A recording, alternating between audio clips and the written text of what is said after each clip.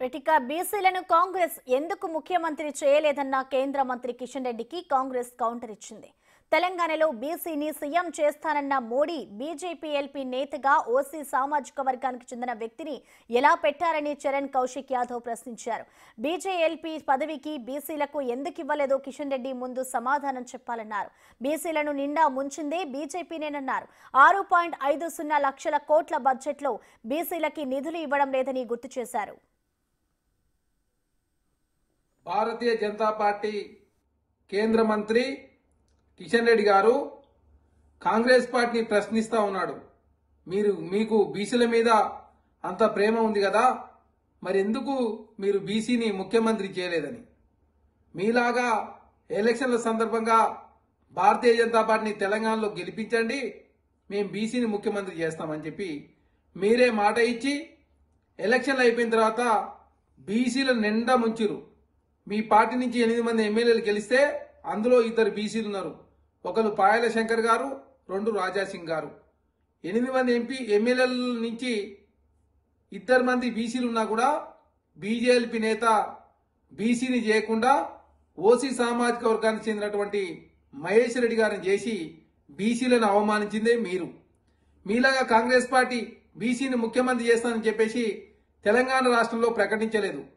Congress party Kamareddy డిక్లరేషన్లో చాలా స్పష్టంగా బీసీలకు 42% రిజర్వేషన్ ఇస్తానని చెప్పేసి ప్రకటించింది.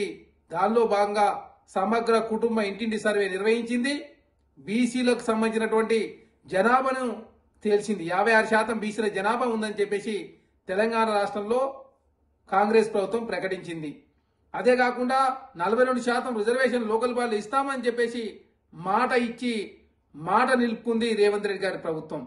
అదే కాకుండా సమగ్ర కుటుంబ ఇంటింటి సర్వేను 50 రోజుల పాటు 160 కోట్ల రూపాయలు ఖర్చు పెట్టి 104,000 మంది ఎన్యుమరేటర్లు కావచ్చు, అదేవిధంగా సూపర్వైజర్లను పెట్టి రాష్ట్ర వ్యాప్తంగా సమగ్ర కుటుంబ ఇంటింటి సర్వే నిర్వహించింది కాంగ్రెస్ పార్టీ. అదే కాకుండా అసెంబ్లీలో చట్టం చేయబోతా ఉంది కాంగ్రెస్ పార్టీ.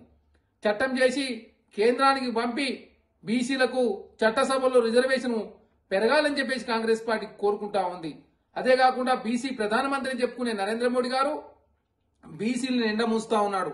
జాతీయ స్థాయిలో కులగన్న చేయండి అని చెప్పేసి బీసీలంతా కూడా మొత్తుకుంటా ఉంటే నరేంద్ర మోడీ గారు మేము కులగన్న చేయం, మేము కులగన్న వ్యతిరేకం అని చెప్పేసి భారతీయ జనతా పార్టీ నరేంద్ర మోడీ గారు చెప్తా ఉన్నారు.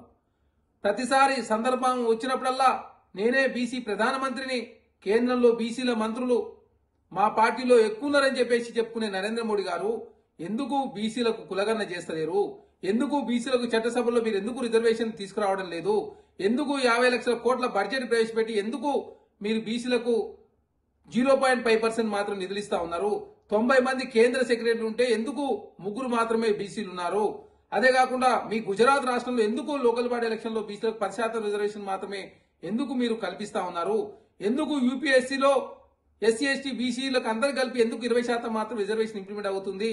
ఈ అన్నిటికీ సమాధానం చెప్పాలి కదా కిషన్ రెడ్డి గారు. మీరు చెప్తారా, మీ ప్రధానమంత్రి గారు చెప్తారా? అంటే మా బీసీ ప్రధానమంత్రి అని చెప్పుకునే భారతీయ జనతా పార్టీ ఎందుకు బీసీలు నిండా మూస్తా ఉన్నారు. తెలంగాణ ఈరోజు రేవంత్ రెడ్డి గారి నాయకత్వంలో ఉత్తమ్ కుమార్ రెడ్డి గారు కావచ్చు, బట్టి విక్రమార్క గారు కావచ్చు, అదేవిధంగా శ్రీధర్ బాబు గారు కావచ్చు, మా కాంగ్రెస్ పార్టీ అధ్యక్షుడు మహేష్ కుమార్ గౌడ్ గారు కావచ్చు, వీళ్ళంతా కలిసిగట్టిగా మాట ఇచ్చి తెలంగాణ రాష్ట్రంలో బీసీల రిజర్వేషన్ పెంచే ప్రయత్నంలో భాగంగా సమగ్ర కుటుంబ సర్వే నిర్వహించి డెడికేషన్ కమిషన్ ఏర్పాటు చేసి తెలంగాణ రాష్ట్రంలో బీసీల రిజర్వేషన్ పెంచుతా ఉంటే ఎందుకు భారతీయ జనతా పార్టీకి కిషన్ రెడ్డి గారికి భయం వేస్తుంది, బాధేస్తుంది? మీలాగా మాట ఇచ్చి మాట తప్పినందుక, లేదు కాంగ్రెస్ పార్టీ చెప్పిన మాట నిలుపున్నందుక ఎందుకు కిషన్ రెడ్డి గారు ఆందోళన గురైతుందో సమాధానం చెప్పాలా.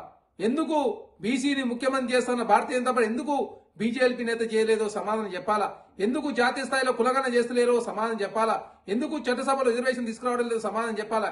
ఈ అన్నిటికీ సమాధానం చెప్పకుండా తప్పించుకునే ప్రయత్నం చేస్తే కిషన్ రెడ్డి గారిని తెలంగాణ సమాజం అంగీకరించదు. భారతీయ జనతా పార్టీ తెలంగాణ రాష్ట్రంలో కావచ్చు, జాతీయ స్థాయిలో బీసీలను ఎండ ముంచి బీసీల పేరు మీద ఓట్లు తనుకునే ప్రయత్నం నరేంద్ర మోడీ గారు, భారతీయ జనతా పార్టీ కిషన్ రెడ్డి గారు చేస్తున్నారు. కాబట్టి తెలంగాణ రాష్ట్రంలో కాంగ్రెస్ ప్రభుత్వం ప్రతిష్టాత్మకంగా తీసుకున్నటువంటి సమగ్ర కుటుంబ సర్వే సక్సెస్ అయింది. 96.9% తెలంగాణ రాష్ట్ర ప్రజానికంతా కూడా నమోదు చేసుకుంటే చూసి ఓరలేక కాంగ్రెస్ ప్రభుత్వం మీద కిషన్ రెడ్డి గారు చేసే విమర్శని తీవ్రంగా